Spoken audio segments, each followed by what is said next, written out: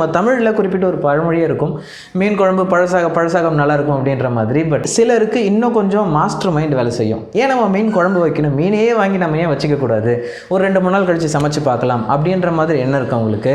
நிச்சயமாக ஒரு விஷயம் ரொம்ப தெளிவாக தெரிஞ்சிருக்கும், சிக்கன் மட்டன் தாங்குற அளவுக்கு மீன் தாங்காது. இது ஒரு 4 நாள் இருக்கும் அப்படின்னா இது 1 நாள் 2 நாளே பயங்கரமான ஸ்மெல் கொடுத்துரும். அது ஏன் சிக்கனுக்கும் மட்டனுக்கும் இந்த மீனுக்கும் அப்படி என்ன பெரிய வித்தியாசம், எதனால் இது நடக்குது அப்படின்றத பற்றின ஒரு முழுமையான வீடியோ தான் இது.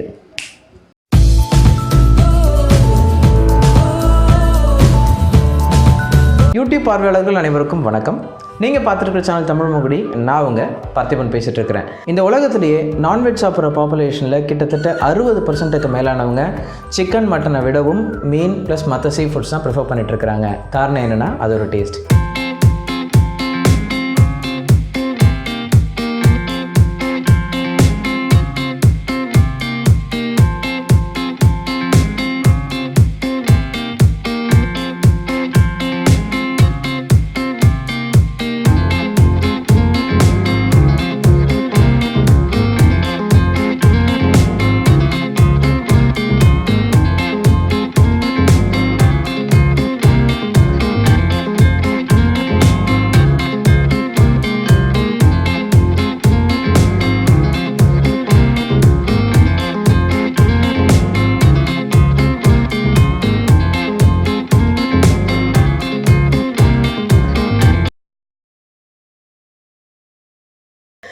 இந்த மீனுக்கும் சிக்கன் மட்டனுக்கும் இது ஏன் ரொம்ப ஸ்மெல் அடிக்குது அப்படின்றத ஒரு சின்ன சயின்ஸ் மூலமா சொல்லிடலாம். ரொம்ப பெரிய லாஜிக்லாம் போகிறதுக்கு முன்னாடி சின்னதாக சொல்லிடலாம். இப்போது ஃப்ரிட்ஜ் அப்படின்றத நம்ம எதுக்காக யூஸ் பண்ணுறோம், ஒரு டெம்பரேச்சரை குறைச்சி வைக்கிறதுக்காக. ஸோ டெம்பரேச்சர் குறையும் போது அந்த இடத்துல வீணாக போகிறது அப்படின்றது தவிர்க்கப்படுது, இல்லை டிலே ஆக்கப்படுது. ஆனால் இது ஃபிஷ்ஷுகளுக்கு மட்டும் பொருந்தாது. ஃபிஷ் அப்படின்னு இல்லை, சீ ஃபுட்ஸ் எதுக்குமே பொருந்தாது. நல்லா யோசிச்சு பாருங்களேன். நம்ம வெளியே இருக்கக்கூடிய ஒரு சிக்கனோ இல்லை மட்டனோ எல்லாமே வார்ம் பிளட்டட் அப்படின்னு சொல்லுவாங்க, சரிங்களா? இளஞ்சூடான ரத்தம் உள்ள மிருகினங்கள் இல்லை உயிரினங்கள் அப்படின்ற மாதிரி சொல்லுவாங்க. இப்போ இதுங்கெல்லாம் ஏற்கனவே கொஞ்சம் இளஞ்சூடான ரத்தம் இருக்கும் பொழுது இதை ஃப்ரிட்ஜில் வச்சோம்னா அந்த டெம்பரேச்சர் கண்ட்ரோல் பண்ணும். அப்போது இது சீக்கிரமாக வீணாக போகாமல் இருக்கும். ஆனால் இந்த மீன்களாகட்டும் இல்லை மற்ற கடல்வாழ் உயிரினங்கள் எடுத்துக்கிட்டோம்னா இது பை டிஃபால்ட்டாகவே தண்ணிக்குள்ளே தான் இருக்குது. கடலில் நம்ம சொல்லவே தேவையில்லை, ரொம்ப டெம்பரேச்சர் கம்மியாக இருக்கும். சில மீன்கள்லாம் பார்த்தீங்கன்னா ஆர்டிக் சர்க்கிளில் இருக்கிற மீன்கள்லாம் ஃப்ரீசிங் பாயிண்ட்டை விட கொஞ்சம் தான் டிஃப்ரென்ஸ் இருக்கும். அப்படிப்பட்ட டெம்பரேச்சரில் வாழக்கூடிய மீனை கொண்டு வந்து அந்த டெம்பரேச்சரை விட நம்ம ஃப்ரிட்ஜில் வைக்கிற டெம்பரேச்சர் கொஞ்சம் ஜாஸ்தி.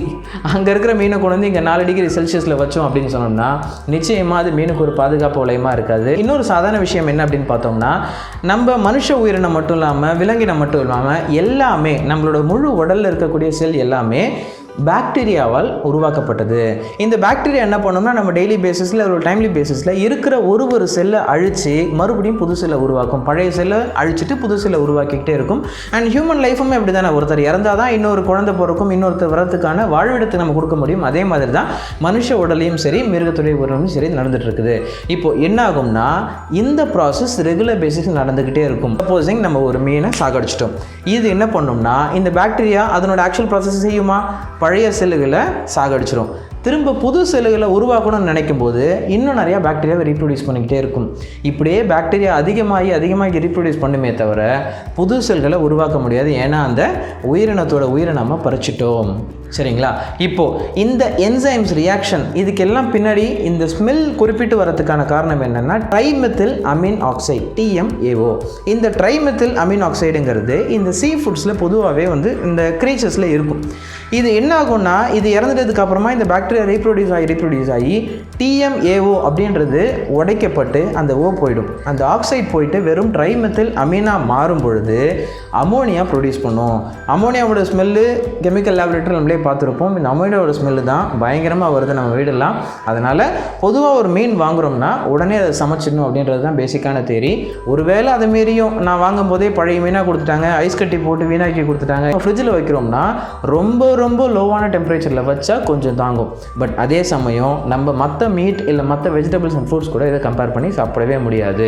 ஏன்னா இதிலேருந்து ப்ரொடியூஸ் பண்ணக்கூடிய அமோனியா ஒரு கட்டத்துக்கு மேலே அளவுக்கு மீறி போய் இது ரொம்ப வீணாக போயிடுச்சுன்னா அதை சாப்பிட்டா உடம்பு கெடுதல் அப்படின்றத தாண்டி உயிரை பறிக்கிறதுல கூட இந்த அமோனியாவுக்கான சக்தி உண்டு.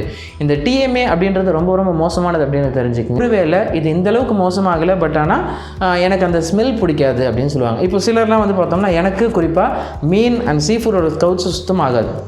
எங்கேயாவது தெருவில் இற எடுக்கிறாங்க இல்லை எங்கேயாவது 2 தெரு எகிரி குச்சி எங்கேயாவது போய் நிற்பான், அந்தளவுக்கு எனக்கு ஸ்மெல் ஆகாது. ஸோ இந்த மாதிரி கேட்டகரி ஆஃப் பீப்புள், இப்படி இந்த ஸ்மெல் பிடிக்கல அப்படின்னு சொல்கிறவங்க மட்டும் என்ன பண்ணலான்னா, இந்த மீனை வாங்கிட்டு வந்து இதை நம்மளோட பாலில் போடலாம்.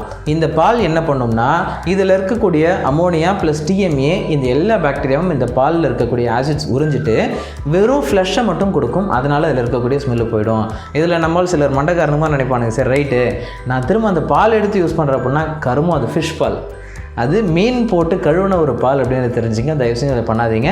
இதை மீறியும் உங்களுக்கு வந்து ஸ்மெல்லு போல் அப்படின்னு தோணுச்சுன்னா லெமன் எடுத்து அந்த மீன்லேயும் கொஞ்சம் ப்ளஸ் உங்கள் மேலேயும் கொஞ்சம் பூசிக்கிட்டீங்க அப்படின்னு சொன்னோம்னா இதனுடைய ஸ்மெல் கண்டிப்பாக இருக்காது. அதுக்கப்புறமா உங்களோட ஃபுட்டை நீங்கள் தாராளமாக என்ஜாய் பண்ணலாம்.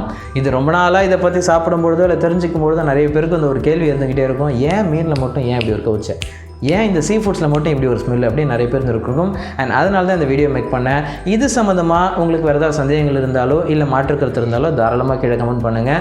ஒருவேளை இல்லை மீன்லாம் வந்து நாத்தம் கிடையாது, அது ஒரு அற்புதமான ஒரு ருசி, அற்புதமான வாசனை அப்படின்னு சொல்கிறீங்கன்னா உங்களை மாதிரி ஆட்களும் தாராளமாக கீழே கமெண்ட் பண்ணுங்கள். I'll be very happy to see and reply you on the same. மீண்டுமாய் நல்லதொரு பதிவில் சந்திக்கும் வரை விடைபெறுவது உங்கள் அன்புள்ள பார்த்திபன். நன்றி, வணக்கம். உப்பிட்ட தமிழ் மண்ணை நான் மறக்க மாட்டேன், உப்பிட்ட தமிழ் மண்ணை நான் மறக்க மாட்டேன், நான் உயிர் வாழ்ந்தால் இங்கே தான் ஓடிவிட மாட்டேன்.